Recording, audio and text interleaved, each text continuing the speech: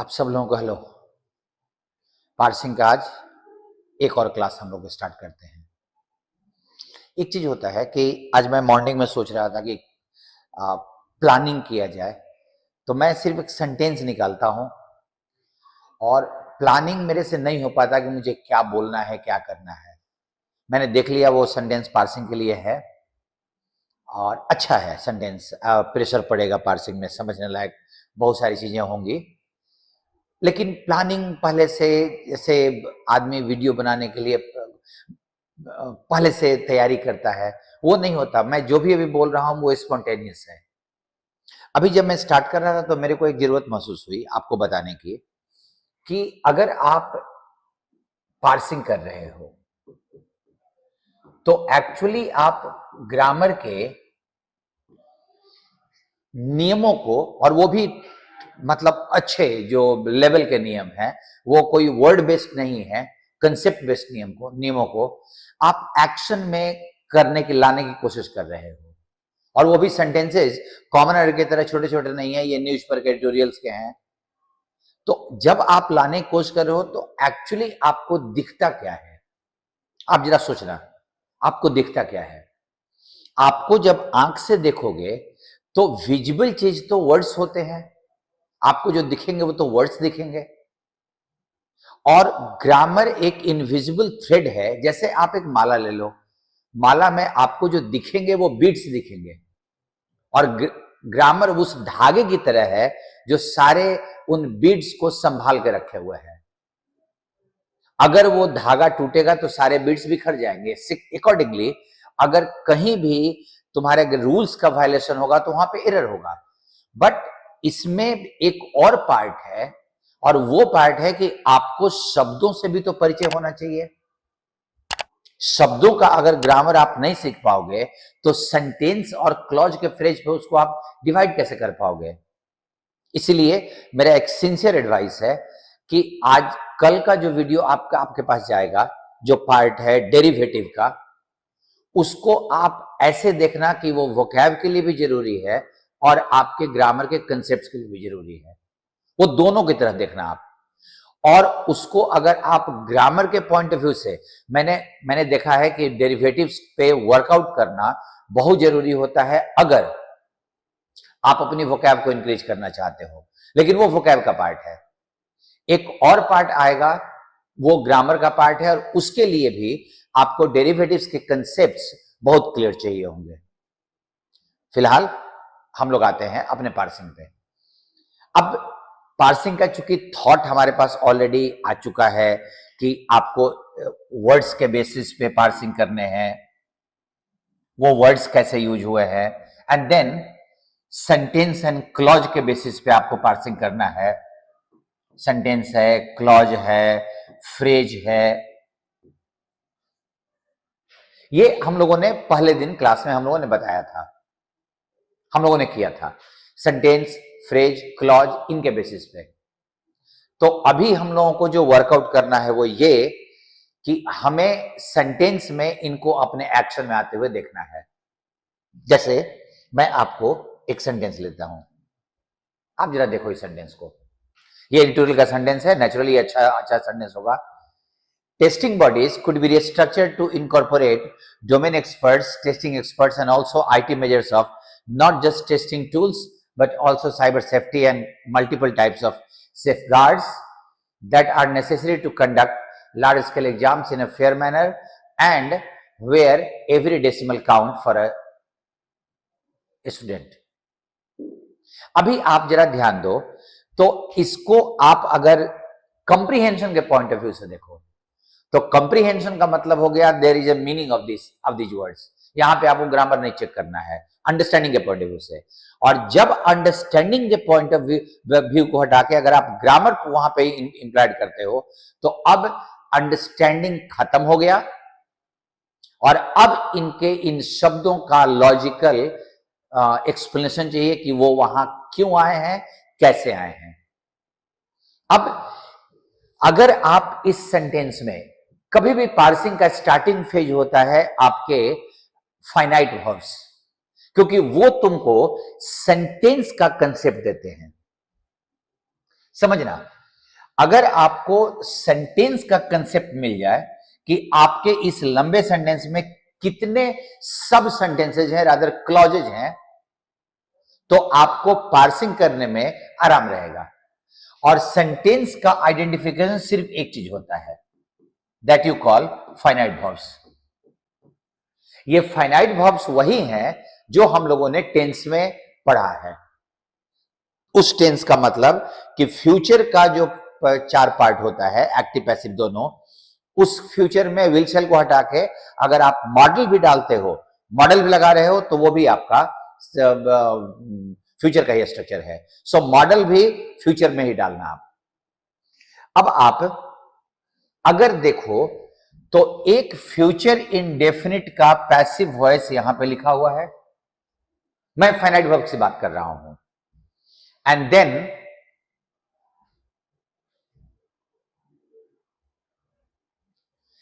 एक present indefinite का V1 यहां रखा हुआ है, एंड बस इतना ही दोनों है। तो तुम्हारे को अपने स्ट्रेट फॉरवर्ड अगर आप देखना चाहो तो आपको दिखाई पड़ेगा कि यहां पे 2 फाइनाइट वर्ब हैं।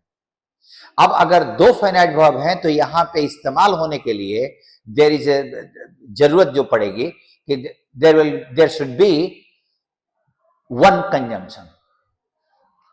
अब अगर कंजंक्शन आप यहां देखो तो एक कंजंक्शन यहां है रिलेटिव प्रोनाउन, आप शायद याद करो, relative pronoun who which that, जो के मीनिंग में। दूसरा कंजंक्शन यहां है और तीसरा रिलेटिव प्रोनाउन का कंजंक्शन यहां है। अब आप ध्यान देना कि आपके पास प्रॉब्लम यह है, देखना एंड के साथ एक रूल यह है कि एंड जिसको हम लोग कोऑर्डिनेट कंजंक्शन बोलते हैं, फैन बॉयज,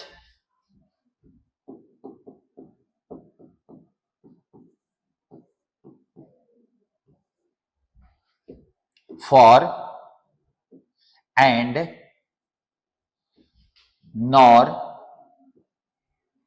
बट, और, येट और सो, ये कंजंक्शंस कोऑर्डिनेट कंजंक्शन कहे जाते हैं। और कोऑर्डिनेट कंजंक्शन का एक कंसेप्ट होता है कि जब आपके सेंटेंस में कोऑर्डिनेट कंजंक्शन इस्तेमाल होगा तो वो बहुत बार तुमको शब्दों को जोड़ते हुए दिखाई पड़ेगा। जैसे तुम देखोगे कि Ram and Shyam are playing, तो तुम्हें यह दिखाई पड़ रहा है कि एंड राम और श्याम को जोड़ रहा है, लेकिन वहां पे एक्चुअली कोऑर्डिनेट कंजंक्शन का एक पार्ट, एक यूसेज का एक तरीका होता है कि कोऑर्डिनेट कंजंक्शंस के साथ सिमिलर स्ट्रक्चर्स के सेंटेंसेस जोड़े जाते हैं। यह सेंटेंस कैसा था, Ram is playing and Shyam is playing. तो चूंकि एक सेंटेंस में शब्दों को रिपीट नहीं किया जाता, इसीलिए आपको करना यह होता है कि इज प्लेइंग, आर प्लेइंग को आप एक तरफ डाल दो और जो अलग अलग फैक्टर्स हैं उसको कोऑर्डिनेट कंजंक्शन से जोड़ दो।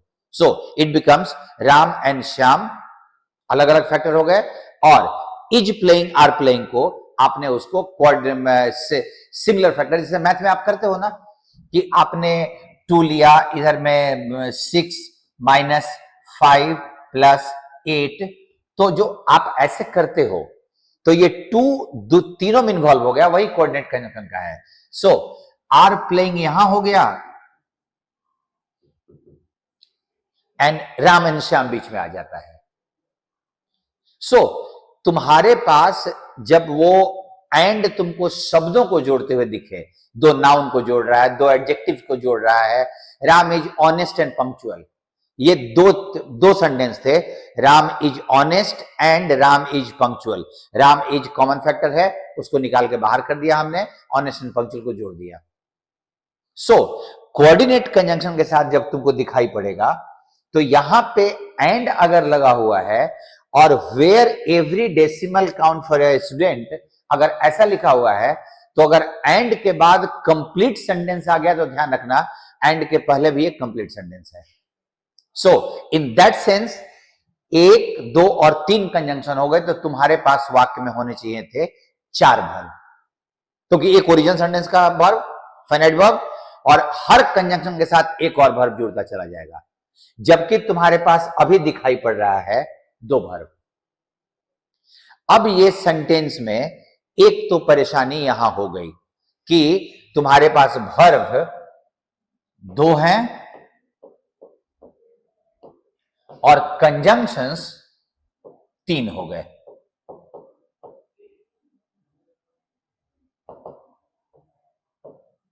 मैंने इस सेंटेंस में जो मैंने एडिटोरियल से उठाया था एक छोटा सा चेंज किया है आपको कुछ इंपॉर्टेंट चीज बताने के लिए।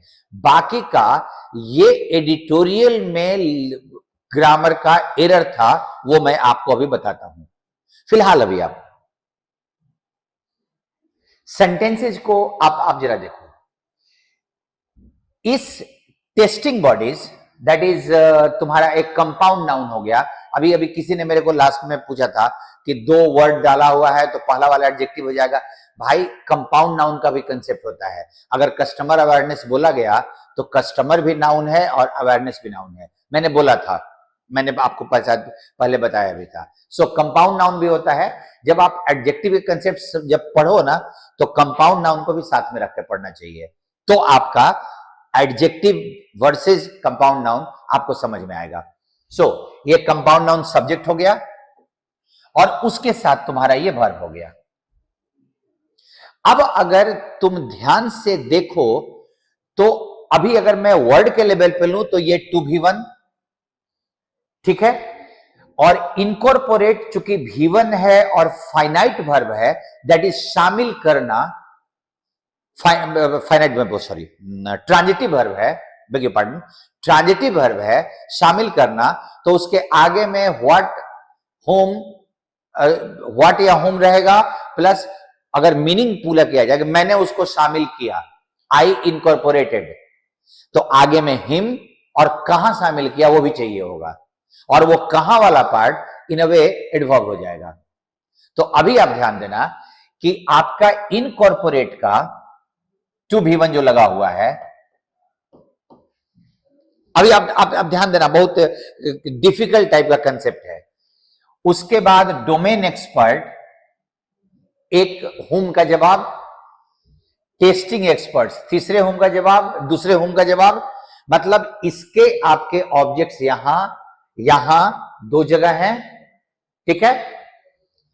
ऑल्सो, और ऑल्सो अभी एक एडिंग एडवर्ब हो गया, तो IT measures, so incorporate, domain experts, testing experts and IT measures, 3 चीज को शामिल करना है। मेजर्स उपाय किस चीज का, तो मेजर के साथ लगा हुआ ये प्रीपोजिशन है ऑफ, और जिसको वो उपाय किस चीज का वो बता रहा है, not just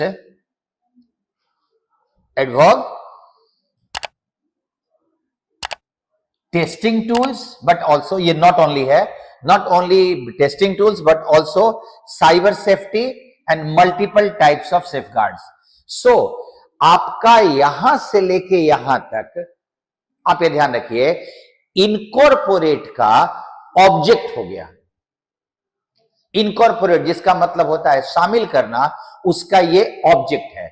incorporate home, and जो उसने जो व्हाट रखा, होम को भी शामिल करना है, लोगों को भी शामिल करना है, और किसी चीज को भी शामिल करना है। इसके साथ लगा हुआ प्रीपोजिशन, क्योंकि, और ये एक फ्रेजल वर्ब, सॉरी फ्रेज हो गया, प्रीपोजिशनल फ्रेज यहां से यहां तक, जो कि इसका ऑब्जेक्ट माना जाएगा। इस प्रीपोजिशन का ऑब्जेक्ट है, और वो मेजर्स के साथ ऑफ लगा हुआ है। प्रीपोजिशन का ऑब्जेक्ट होता है ना, तो मेजर्स के साथ ऑफ प्रीपोजिशन, और ऑफ का ऑब्जेक्ट यहां से लेके यहां तक तुम्हारा आ गया, ठीक है। ये हो गया तुम्हारा वर्ड्स, सब्जेक्ट, वर्ब, ऑब्जेक्ट। सो अगर मैं तुमको इंफिनिटिव लिखूं, आई वॉन्ट टू प्ले, और यहां पे क्रिकेट लिखूं, तो आप ये ध्यान रखो कि आई का वर्ब हो गया वांट, और वांट के व्हाट का जवाब हो गया टू प्ले, तो ये वांट का ऑब्जेक्ट हो गया, समझना तुम। और इस ऑब्जेक्ट के व्हाट का जवाब तुम्हारा क्रिकेट है। सो इसका ऑब्जेक्ट ये और इसका ऑब्जेक्ट ये, ठीक है। कहा जाता है कि verbal noun that is gerund and infinitive, अगर सेंटेंस में सब्जेक्ट ऑब्जेक्ट कहीं भी इस्तेमाल हो तो वो अपना ऑब्जेक्ट अपने साथ लेके आ सकते हैं। ये ऑब्जेक्ट इस वर्ब का ऑब्जेक्ट है व्हाट का जवाब देने के चलते, और इस वर्ब का व्हाट का जवाब देने के चलते वो इस वर्बियल नाउन, क्योंकि इन्फिनिटिव और जेरेंड को नॉर्मली हम लोग नाउन की तरह इस्तेमाल करते हैं। एक केस में मैं अभी बता रहा हूं, वो थोड़ा टफ चीज है, वो मैं तुमको बताता हूं, उसको मैं बता रहा हूं अभी बहुत सीरियस चीज है वो। सो ये तुम्हारा नाउन वांट का ऑब्जेक्ट, और इसका ऑब्जेक्ट ये तुम्हारा क्रिकेट। सो वैसे ही स्ट्रक्चर्ड, अब तुम ध्यान देना, अब नेक्स्ट प्रॉब्लम ये है कि आपका ये वर्ब पैसिव वॉइस है, ये वर्ब ध्यान दीजिएगा। आप में से बहुत सारे लोगों ने ये कहा कि पार्सिंग शुरू कीजिए। अब मुझे ये दिखाई पड़ रहा है कि पार्सिंग इतनी सीरियस चीज, Ram Yeats mangoes he plays cricket, ये छोटी चीज है, इसका पार्सिंग करने में बहुत आसान होगा। बट अगर आप न्यूज़पेपर के एडिटोरियल्स के पार्ट को अगर पार्सिंग करोगे तो ग्रामर के रूल्स सीरियस तो आएंगे, सीरियस तो होंगे, और वहां पे ग्रामर के सारे पार्ट्स एक साथ आते हैं, एक साथ आते हैं। अभी अब ध्यान देना, जब वर्ब पैसिव बनता है तो इसका जो सब्जेक्ट होता है वो अपने फंक्शन में एक्चुअली ऑब्जेक्ट होता है। सोचना, mangoes are eaten by Ram, तो राम यहां पे डूअर हो सकता है, कर्ता हो सकता है, बट सब्जेक्ट मैंगोज है। समझिएगा, सब्जेक्ट मैंगोज है, क्योंकि अगर आप सिंटेक्स के रूल जानते हो, सब्जेक्ट वर्ब एग्रीमेंट, तो उसमें जो मैंगोज आर ईटेन अगर लिखा हुआ है, मैं यहीं पे लिखता हूं, अगर लिखा हुआ है mangoes are eaten by Ram, अगर आप बचपन वाला सेंटेंस ले लो तो आप ये समझना कि ये है कर्ता और ये है सब्जेक्ट। अब हमारे यहां किताबों में यह बताया जाता है कि सब्जेक्ट की हिंदी होती है कर्ता, तो बड़ा अटपटा लगता है सुनने में, मेरे को हंसी आती है देख के लोगों को, क्योंकि सब्जेक्ट वर्ब एग्रीमेंट, अगर ये सब्जेक्ट का मतलब कर्ता होता है और ये सब्जेक्ट है, तो हमारा वर्ब तो एग्री करना चाहिए इज के हिसाब से, इज होना चाहिए था, बट वो है नहीं। अब लोग पढ़ रहे हैं, लोग पढ़ा रहे हैं, उसका क्या किया जाएगा, चल रहा है ऐसे ही, दुनिया चल रहा है, कोई अंतर नहीं पड़ता उसमें। सो आपका testing bodies could be structured, तो आपका जो टेस्टिंग बॉडीज को ही रीस्ट्रक्चर करना होगा, टेस्टिंग बॉडीज रीस्ट्रक्चर नहीं करेगा, ये पैसिव वॉइस का मतलब हो गया। सो ये हो गया ऑब्जेक्ट। अब जरा सीरियस रूल पे ध्यान देना, सीरियस नोट पे, कि अगर आप किसी वर्ब के बाद ऑब्जेक्ट रखते हो जो उस वर्ब के व्हाट या हुम का जवाब देता है, तो इस वर्ब को तो एक्टिव में होना चाहिए था, इस वर्ब को तो एक्टिव में होना चाहिए। तभी वो व्हाट ए होम का जवाब आएगा वहां पे। तो अगर आप लिखो आई वॉन्ट टू गो, तो आपने जो इन्फिनेटिव वहां पे यूज किया वो इन्फिनेटिव वांट के व्हाट का जवाब दे रहा था, इसीलिए क्योंकि ये एक्टिव में रखा हुआ है। अगर ये पैसिव अगर होता तो हम लोग लिखते to play is not liked by parents. खेलना बच्चे पेरेंट्स को पसंद नहीं है। अगर पेरेंट्स को सब्जेक्ट बनाया जाएगा तो कभी कभार होता है कि डूअर सब्जेक्ट बन जाता है, और कभी कभार पैसिव में क्या होता है कि जो ऑब्जेक्ट होता है वो सब्जेक्ट का काम करता है, कर्ता अलग होता है। इसलिए सब्जेक्ट की कोई हिंदी नहीं होती। ब्लंडर यहां हुआ था कि हमारे यहां उसकी हिंदी कर दी गई, ब्लंडर था ये, ब्लंडर, जो कभी भी पैसिव वॉइस के किसी भी स्ट्रक्चर पे काम नहीं करेगा। चलिए, अब आपका ये चूंकि पैसिव वॉइस था तो टेस्टिंग बॉडी उसका ऑब्जेक्ट हो गया, तो मैं ये नहीं बोल सकता कि टू इनकॉर्पोरेट इस वर्ब का ऑब्जेक्ट है, क्योंकि ऑब्जेक्ट तो यहां आ गया है। तो आपका ये जो इन्फिनेटिव क्लॉज होगा, यहां से लेके यहां तक मैंने अभी नाम लिया,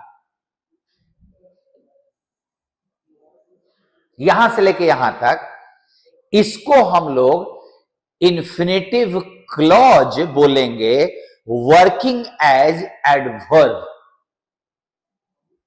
और ये एडवर्ब कैसे हो सकता है, आप उसको बस चेंज कर लो, तुमको पता चल जाएगा। Testing bodies could be restructured so that they means testing bodies incorporate so that they incorporate, और ये हो गया एडवर्ब ऑफ पर्पस का पूरा क्लॉज। तो तुम्हारा यहां से लेके यहां तक का जो पार्ट है वो एक एडवर्बियल क्लॉज माना जाएगा। और शायद मैंने सारे को बता दिया कि ऑफ का ऑब्जेक्ट यहां पे टेस्टिंग टूल्स है, क्योंकि नॉट ओनली बट ऑल्सो है, एक कोऑर्डिनेट कंजंक्शन की तरह कंजंक्शन लगा है, तो not just testing tools but cyber safety and multiple types of safeguards, ये नॉट ओनली बट ऑल्सो जुड़ा हुआ है। सो आपका सारा क्लियर हो गया। दैट लगा है, ये रिलेटिव प्रोनाउन है, क्योंकि दैट के बाद आर लगा हुआ है, तो ये रिलेटिव प्रोनाउन है, और रिलेटिव प्रोनाउन के साथ आने वाला वर्ब अपने एंटीसीडेंट से गाइड होता है। तो ये सेफगार्ड्स के लिए लगा हुआ है, सेफगार्ड्स, या फिर तुम सारे के लिए बोल सकते हो, लेकिन फिर आप सेफगार्ड्स के लिए रख लो। ये सेफगार्ड्स के लिए लगा हुआ है दैट, जिसका मतलब जो रिलेटिव प्रोनाउन, और ये दैट के साथ आर, ये दैट प्लुरल है, इसका सब्जेक्ट ये नहीं होगा, सब्जेक्ट यही है, लेकिन दैट का कैरेक्टर जो भी होगा वो उसके बगल वाले एंटीसीडेंट से उसका चेंज हो जाता है। दैट, आर, टू बी का फॉर्म, उसके बाद नेसेसरी, नेसेसरी अपने साथ एक इन्फिनेटिव का पार्ट लेता है। To conduct larger examinations in a fair, conduct के व्हाट का जवाब दे रहा है, large scale examination, conduct examination, इसके एग्जामिनेशन के पहले ये एडजेक्टिव, जो कंडक्ट का ऑब्जेक्ट है, ऑब्जेक्ट के पहले एडजेक्टिव लगा, और in a fair manner, adverb of manner हो गया, किस तरीके से, जो कि कंडक्ट का विशेषता बता रहा है, कंडक्ट को मॉडिफाई कर रहा है। We have to conduct examination fairly, in a fair manner, fairly को इन अ फेयर मैनर भी बोल सकते हो। सो अब आप जरा ध्यान देना इस पार्ट को। अब जरा दो तीन चीजें इसमें आपको ध्यान देनी है इस पार्ट में। And where every decimal count for a student, ये वेयर, तुमको पता है कि वेयर का मतलब हो गया, तो ये तुम्हारा एडवर्बियल क्लॉज है। वेयर का मतलब जगह को इंडिकेट किया जा रहा है, एडवर्ब ऑफ प्लेस वाला टाइप का, तो ये पूरा एडवर्बियल क्लॉज हो गया। और ये एडवर्बियल क्लॉज किस जगह के बारे में बात कर रहा है, जरा सोचना तो। क्योंकि ये एडवर्बियल क्लॉज है, लेकिन ये WH चूंकि रिलेटिव प्रोनाउन के पार्ट में आता है, एडवर्बियल प्रोनाउन इसको बोलते हैं, इसीलिए ये किसी ना किसी जगह के लिए तो लगा है। India where different cultures and communities live, तो वो इंडिया के लिए वेयर लगा हुआ है ना, सोच लेना तुम। तो आपका ये जगह जो था वो तो एग्जामिनेशन के लिए ना, और जब WH लगा है तो उसके पास वो एक एडवर्बियल क्लॉज है, तो उसमें एक वर्ब तो चाहिए। राम हु, और हु के बाद जो हम रिलेटिव प्रोनाउन का सेंटेंस रखेंगे उसमें एक वर्ब तो डालेंगे ना, मेन वर्ब। एक तो फाइनाइट वर्ब डालेंगे हम वहां पे, और वो फाइनाइट वर्ब आप जरा सोचो कि एवरी के बाद कोई ना कोई वर्ड है, वो जो वर्ब की तरह काम करेगा। और इसी के लिए मैं आपको अभी बोला कि भाई डेरिवेटिव का और होमोग्राफ का कंसेप्ट्स सिर्फ वोकैब में नहीं बल्कि वर्ड पावर में भी काम कर, वोकैब में नहीं बल्कि ग्रामर में भी काम करता है। आप ध्यान दीजिएगा, काउंट यहां वर्ब है जिसका सब्जेक्ट है एवरी डेसिमल, और चूंकि ये वर्ब है इसीलिए यहां पे इसका इस्तेमाल किया जाएगा। वो सिंगुलर है तो V5 लगेगा। Where every decimal counts for a student. ठीक है, अब तुम्हारा हकीकत यह है कि एक वर्ब यहां, दूसरा वर्ब यहां, और तीसरा वर्ब आ गया यहां। 3 वर्ब का इस्तेमाल हुआ है। तो अब आपको मिनिमम 2 कंजंक्शन तो चाहिए। आप यहां वेयर को हटा नहीं सकते हो, दैट को हटा नहीं सकते हो। सो राइटर ने एक मिस्टेक किया था यहां एंड लगा के। ये मैंने नहीं डाला है, ये एडिटोरियल है आपका, ये शायद परसों या चौथे रोज का एडिटोरियल है, जिसमें नीट के बारे में जो लिखा हुआ था, क्योंकि टेस्टिंग बॉडीज का मतलब वो लोग जो परीक्षा ले रहे हैं, दैट इज NTA। हाँ, सो आपका राइटर, मैं ये नहीं बोलूंगा कि उनको ग्रामर नहीं आता, वेरी सॉरी, वो लोग बहुत ज्यादा जानकार होते हैं, बट उनका इस बार एक मिस्टेक हो गया, एंड यहां से हटेगा। और इस पार्ट को जो एडवर्बियल क्लॉज है, आप जरा देखो कि यहां पे भी उसको रखा जा सकता है, कोई दिक्कत नहीं है, और वहां पे शायद ज्यादा अच्छा होता। That are necessary to conduct larger scale examinations where every decimals count for a student in a fair manner. आप यहां पे कॉमा डाल सकते हो, कॉमा डाल सकते हो, ठीक है। लेकिन अगर आप देखो तो ये जो एडवर्बियल क्लॉज है, इसका प्लेसमेंट बेटर होता अगर वो यहां होता। तो वो जिसके लिए लगा हुआ है वेयर, उसके साथ वो इस्तेमाल किया जाएगा। सो अब आप अगर सेंटेंस देखो, अगर आप पार्सिंग का इस लेवल पे अगर यूज कर रहे हो, इस लेवल पे अगर आप अपने को डेवलप करने की कोशिश कर रहे हो, तो इसका रिक्वायरमेंट ये होता है कि आपको चैप्टर्स के बारे में भी, अब जरा देखो यहां पे रिलेटिव प्रोनाउन के कंसेप्ट्स आ गए, थोड़ा बहुत इन्फिनिटिव भी पढ़ना होगा। अब जरा इसको मैं अगर कहीं बोलूं कि ये एडवर्बियल क्लॉज है, तो I don't know how many of us in our country could understand this.